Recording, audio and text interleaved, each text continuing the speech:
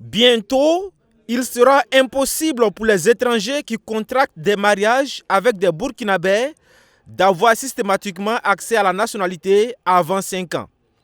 C'est la décision prise par l'exécutif burkinabé qui veut désormais mettre les textes en adéquation avec les réalités socio-culturelles du pays.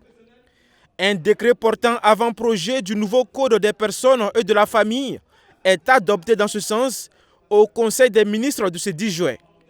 Ce nouveau code des personnes et de la famille propose également la reconnaissance des mariages coutumiers et religieux à travers leur transcription sous le registre d'état civil.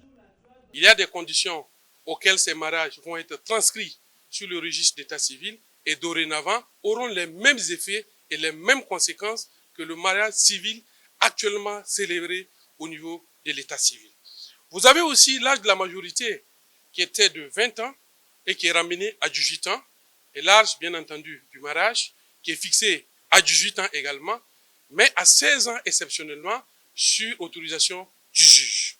Autre innovation dans ce nouveau code de la famille, c'est la possibilité qui est donnée désormais aux parents de bénéficier des biens de leurs descendants.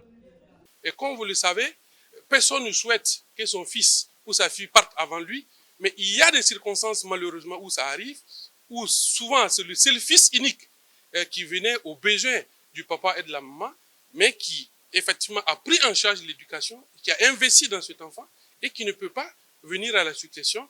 Ils sont laissés pour compte dans la société et ce n'est pas très très bien. Il était de justice et d'équité, effectivement, que les pères et mères puissent venir à la succession de leurs descendants. Les homosexuels sont également visés par ce nouveau texte qui régit la famille au Burkina Faso.